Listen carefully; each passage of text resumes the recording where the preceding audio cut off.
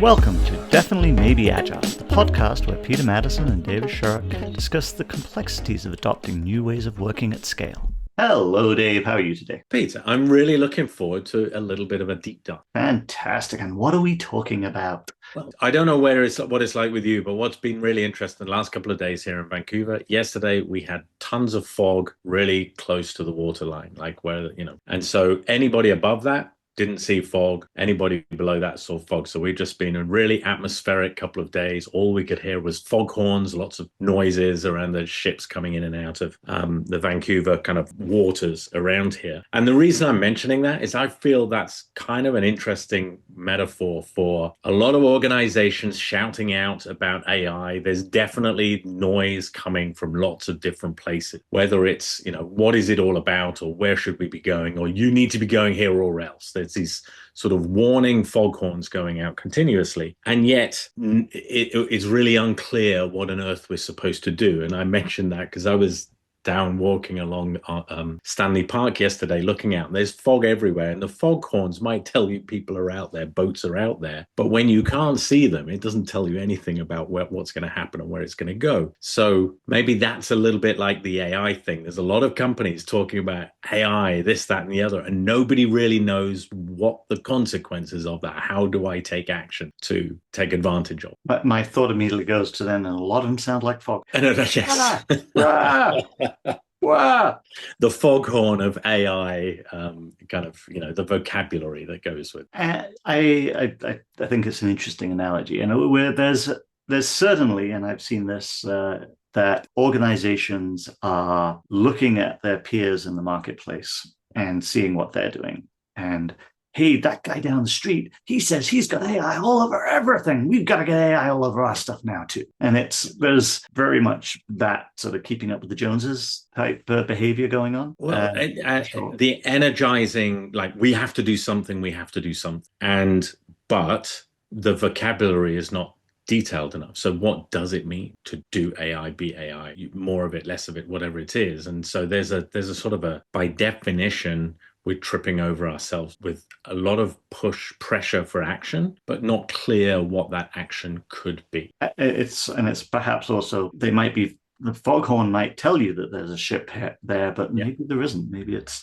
just a very loud seagull. Well, yeah, or it's moving in a different direction, or it's not, it's just. So I feel, and I think this is where you and I spend a lot of our time, is taking ideas and trends in the marketplace and breaking them down into the beginning of some sort of rationalization, so that the organizations, the clients that we work, and kind of go, okay, I should be worried about. This we can ignore for the moment. This we need to maybe start exploring or look for partnership or take over. And when we were preparing for this, we were talking about there's a model that's been used over the years to describe the sort of types of organizations in terms of pioneers, settlers, and town planners. And we were discussing how the introduction of AI perhaps changes some of the aspects of that model, or at least especially with some of the behaviors that we're seeing in the marketplace, and how these organizations are maybe adapting their behavior as a consequence of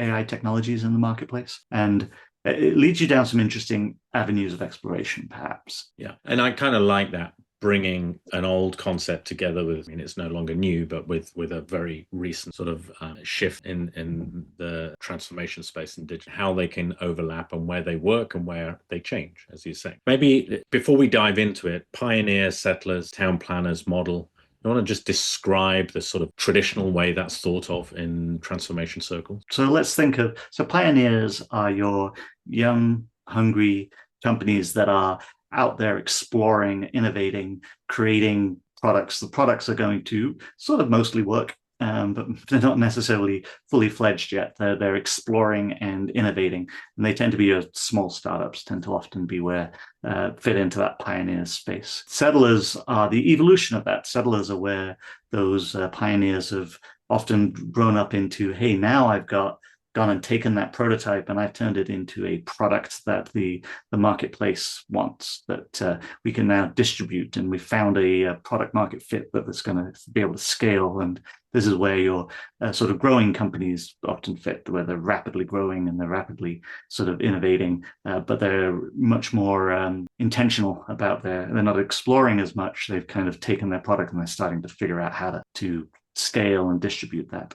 And then your town planners are your larger traditional organizations that have taken those processes and they've baked them into stone. They've built out very solid distribution systems that are really, really good at optimizing for the efficiency of the delivery of those services. And so these town planners tend to be your larger organizations that have been around for a while, who've figured out how to optimize for getting the most out of the delivery of their products. And that process, from what you're describing, is very much a sort of pioneer to settler to town planner. So you're not necessarily disrupting the towns.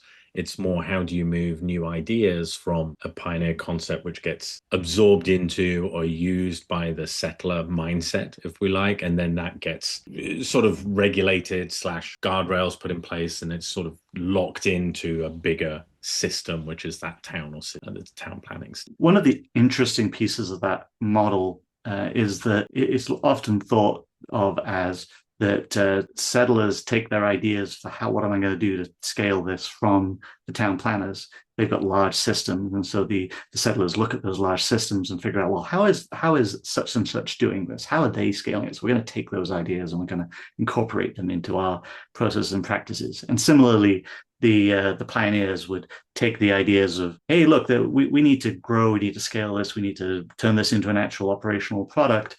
And we'll look at the settlers and we'll figure out, how did the settlers do this? What are they doing differently from us that we can now incorporate into our processes and practice? Or maybe even, what are the settlers doing that doesn't make sense that we can invent some, explore and create that's going to solve a particular problem that comes now. And I think in our conversation as we're exploring this, if we just start with the pioneers, that really feels like the word that comes into my mind rather than pioneers is explorers. These are the organizations, the small groups of kind of in some ways crazy people who are going out and trying to find things, and they don't know what they're going to find, but they just want to explore. And so they're beginning to, they don't have any of the rules of town planning, settler kind of rules. They're going out really trying to rethink or look for things which are just not normal, not kind of accepted as a traditional way of doing it. Yeah, and the interesting thing, I think explorers is a good way of describing it, and I think AI technologies enable that, because it's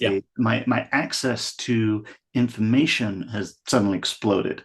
My ability to go and find out about information, or how to test things, or bring information together, or to try something out, has exploded much more than it was before. I was very restricted before as a pioneer. There was a lot of effort, and I had to borrow lots of money to try things out. Now I can really explore. I can go in lots of different directions, try lots of different things, relatively cheaply, to find out what is the right direction that I should be going in, so I can explore much more broadly. Well, I'm just as you're describing that, I'm thinking, if the settlers and the town planners have roads with carts and wheels and all the rest of it that go with it, but the explorers are looking at things like jet and flight, the two, they don't need one to need the other. I mean, it doesn't make any sense. You've got to go explore in a completely different place. Rockets and jets don't need roads, a road system, wheels, and all the things that go with that. They might use them incidentally, but your paradigm shifts completely. And I think that's where, when we look at these explorers, we're looking at, and again, we've both of us kind of, through a lot of the work that we're doing, we get exposed to these tiny groups of people who are just rethinking how business is done. We come from that space of, here's how a business works. We can look at it from sort of a value chain model, or that view of a traditional way of business is working. They're not encumbered with any of that. They're looking at, like, what can we do with this technology, this emerging things that we have, and build something completely unique, and then go find a purpose. Yes, yeah, and that's quite a different sort of strategy than we've had access to before, really. Yeah. So it's driven by that new capability in the market.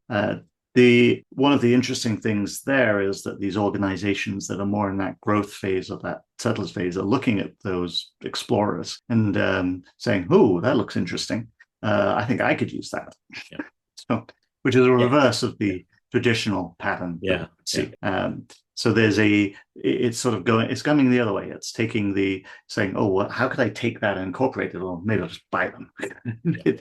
And we're seeing a Well, lot of that. or I'm going to become one of their early customers, and we're going to figure out where it's going to go. Because if you look at things like the video that's going on, there's a lot of areas that we don't know exactly where that's going to go, but there will be a number of those sort of settler organizations where that technology is an ingredient to a broader problem that they're identifying and needing to solve. And they're now in that position where they're beginning to be able to see how that particular technology, coupled with something from somewhere else and maybe something they brought with them, if we stitch this together, there's this very real, business problem that can go and can be solved as a result. The analogy we were just talking about was things like Clio, where you've got legal and all of the work that goes into the legal research and the preparation for looking at legal documentation, coupled with large language models and what that allows you to do, how it allows you to speed up that whole analysis. There feels to me like one of those settler organizations where they're picking some technology, emerging technology that has, and some of their own experience and problems, and coming together with something which is better formulated than the existing traditional ways of working. Yeah, and I'm wondering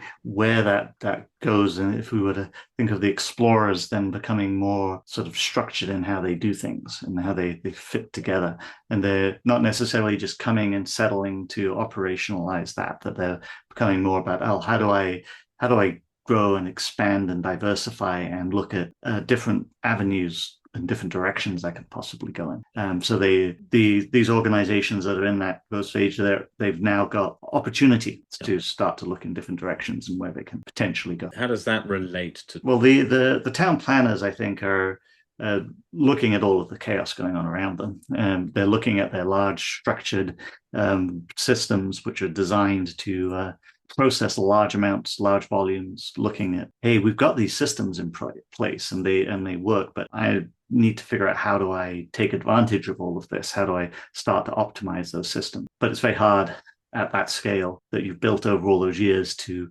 significantly replace the systems that are fundamentally making you money and fundamentally keeping you in business. So we're seeing again that reversal where they're potentially looking at the settlers and the explorers. We need to come up with another name for the settlers. I think maybe hunters or growers or farmers or something, where they're taking a look at them and saying, okay, how do these people have taken those ideas from all of those explorers and they started to turn them into something that might be worthwhile. How could we then incorporate that to start to see how that modifies some of our systems and how we're going to do things and what might change? And is that not the entrepreneurs? I think this is a great point that you're addressing there. And if the pioneers are becoming the explorers, they're really going out and trying to find opportunities, things that we hadn't thought about. The entrepreneurs are the ones who are doing the maths of, hold on, this technology is emerging. We've got an opportunity. This is how we've worked in the past. There's a gap here that we can arbitrage. Yeah, possibly the successful ones at least. Yeah. What as you were describing, so I've just come back from spending close on a month in Europe, mostly in the UK. And one of the really interesting things, driving around, I spent a lot of time driving around the UK. This is related to that town planning piece. The areas where technology has really been put to practice in the UK is in traffic calming measures, whether it's cameras, whether it's all of the data around how traffic does what it does in crowded countries like we see in the UK and Europe. And one thing that really struck me, and again, being based in North America for quite a while now, you get used to the idea that traffic cameras are rare. And if you do see them, you can figure it out. Whereas what I've found going back this time is really it's expanded quite considerably. That town planning mentality of, we have kind of an ecosystem in place. We know how that one's supposed to work. There's some technologies that are going to allow us to manage, regulate, control, whatever it is that the town planners are looking to do. And all of a sudden, that's what seems to be coming out in that area. So that town planning of using those emerging technologies, that what I'm thinking of is now as the entrepreneurs or the settlers are pulling together, but using it to do more of what they're already doing. Right. So they're using it to create more of the same thing. Well, more structure, more, I mean, control, I realize is a tainted word, but more as a town planner, you're interested in being able to facilitate commerce and living and workspaces and all of these different things. So they're taking those technologies and they're allowing them to do more of what it is that they're trying to get to, whether it's free flow of traffic in my example, you put it. Yeah.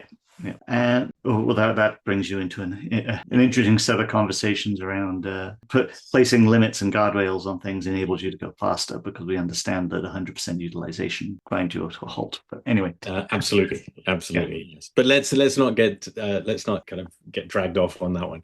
Let's maybe turn it around. So if we have this model of sort of explorers now feeding into or inspiring the entrepreneurs, who in turn are feeding into and inspiring the town planners that we haven't come up with a second more aligned phrase for. But what are the consequences as a business, as an organization? What can they learn from? So I think one of the big pieces is that as an organization, you should be looking around at what are others doing, how are they using these technologies, what are people in your space solving with these technologies, and thinking about what does that mean for me? Like, how can if I look at my fundamental business process, how might they change as a consequence of this?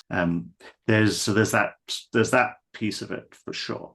It means monitoring the marketplace. I think that's probably for the purposes of understanding these cohorts. I think that's probably the most important thing that you could take from that. Also learning, especially looking at how those explorers are doing the things those explorers are doing, and thinking about, well, my business processes that operate at this scale under these regulations operate this way. How are they doing what they're doing?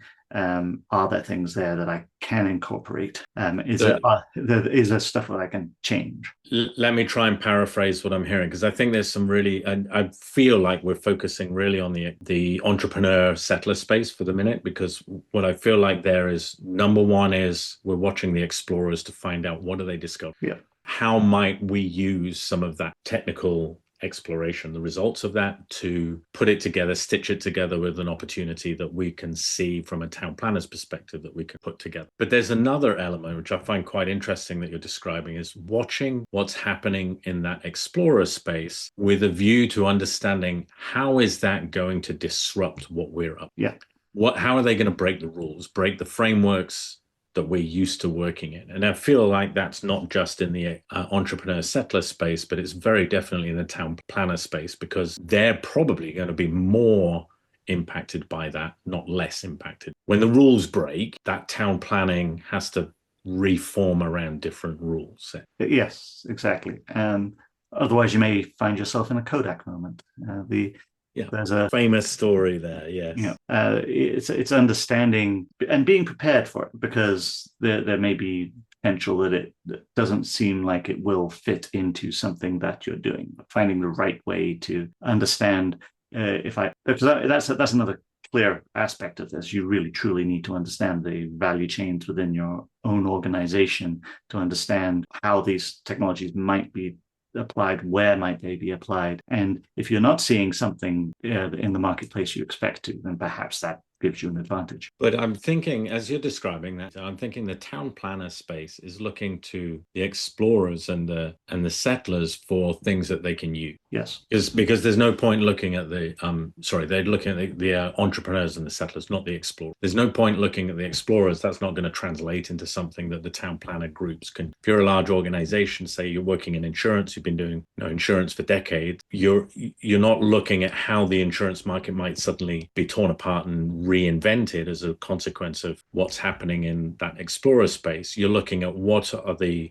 emerging technologies that are coming out of the entrepreneurial space to say, how can we leverage those? How can we optimize, provide a better service, a cheaper service, run our organization more effectively? Yeah. And one of the pieces I'm definitely seeing there is where these things are getting applied in these organizations. There's another piece on the other side of that, is who are your customers and who's buying this from you, and do your customers actually want any of this? There's such an interesting conversation of just looking, how does that space of customer, that space change? Yeah. Because there's a lot of adjustments being. I think we should save that for next time. Yes. How are we going to summarize a few of the? I mean, we've talked enough, I think, at this point. How do we pull structure together out? So I think we've explored basically the three cohort model of organizations there, and we've talked about how it changes in the world of AI. Where in the previous model, where everyone was looking at the level above them for how can I borrow to scale from them, it's reversed almost in the big companies looking at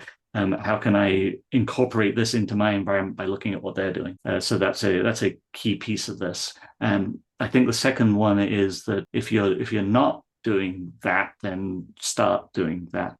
This is a key piece of this.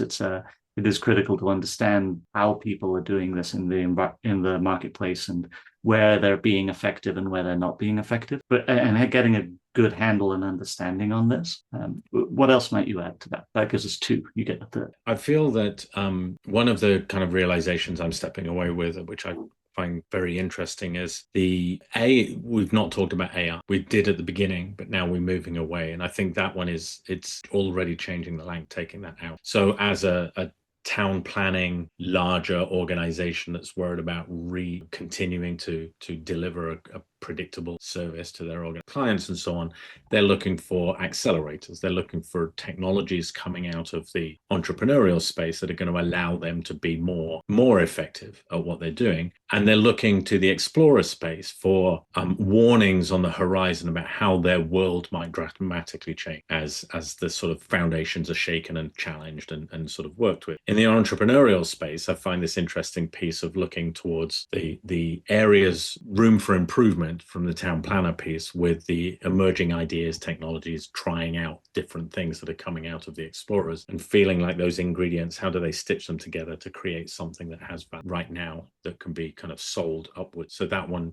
feels really tight there. And again, I think just to sort of close that out, is if I go back to the sort of pioneers, settlers, town planner concept, you often see organizations trying to be the pioneer or trying to say that they are pioneers and their innovation is high and things. And I think one of the key learnings is that pioneer space is probably, for most of us in organizations that already have a head of HR and, presence in multiple locations and a certain customer base, we are not pioneering. That isn't the exploration pioneering space. Whereas in a lot of the time we pretend we're innovating. There's that whole talk about you create a lab or an offshoot. That isn't what's happening now with the sort of pioneering explorers piece. Yeah, it's going much faster. Oh, that too, yes. Well, awesome, Dave. It was wonderful to have a chat as always. I hope there's some valuable nuggets that our audience can take away from this. I look forward to next time. Okay, till next time. You've been listening to Definitely Maybe Agile, the podcast where your hosts, Peter Madison and David Sharrock, focus on the art and science of digital, agile, and DevOps at scale.